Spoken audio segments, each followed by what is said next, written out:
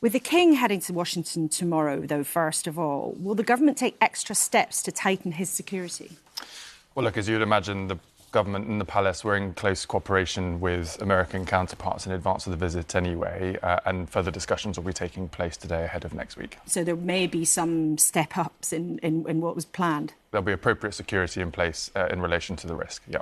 The whole visit, though, is taking place in a very, very tense atmosphere. Donald Trump has been relentlessly criticising Sir Keir Starmer on TV, on social media. Would it be helpful for you if the King told him to back off a bit?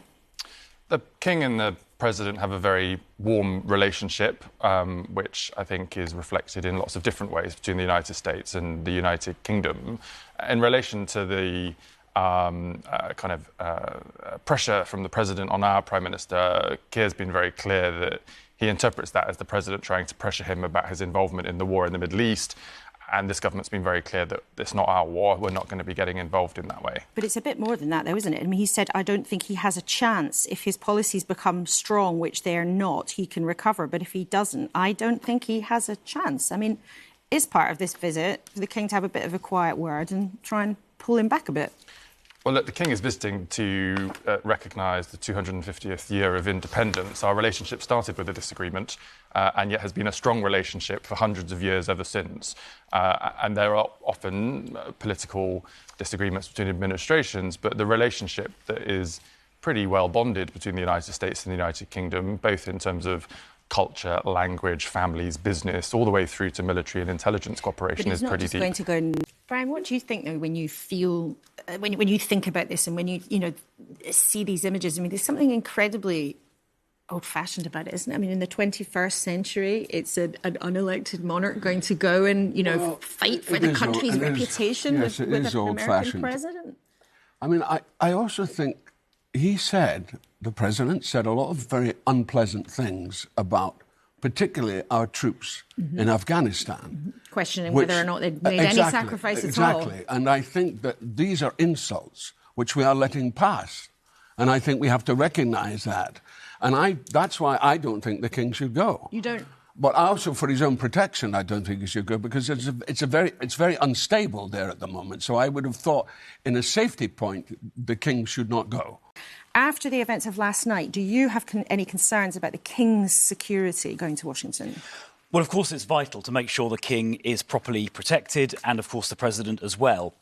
But we should not be considering cancelling this trip, because we cannot allow the actions of people perpetrating acts of political violence to stop politics and diplomatic relations carrying on as normal. So, of course, there needs to be more security, but the trip should absolutely go ahead. Do you think that the security should be stepped up? I mean, Darren Jones hinted that the government would be looking at it again in the context of what's happened. Well, it should be urgently reviewed overnight. I mean, security arrangements for these visits are very, very tight ordinarily, but they should urgently review the UK services as well as the Secret Service, review it again, afresh, just to make sure that there are no loopholes at all. One of the things that may or may not be raised by the King in private is the reports that the US is reviewing its support of UK sovereignty over the Falkland Islands. Even the fact that the Pentagon has considered this, doesn't that suggest that America is now not a reliable ally for the UK? Well, I think any suggestion that the sovereignty of the Falkland Islands is up for debate is frankly disgraceful and unacceptable. Those islands are British sovereign territory. There was a referendum there about a decade ago when I think 99.8% of Falkland Islanders voted to remain British. So the British government should do everything possible to keep those islands British, including making sure there is enough military hardware on the islands to protect them. One of the problems in the early 1980s is the Argentinians thought the British government didn't have the will or the capability to defend those islands. We've got to make sure that never happens again. So iron will to defend them with the military capability to ensure that no Argentinian attack would ever be successful. Should the King raise it? I think it would be a reasonable point for the King to raise. Of course, it's up to him what he decides to discuss.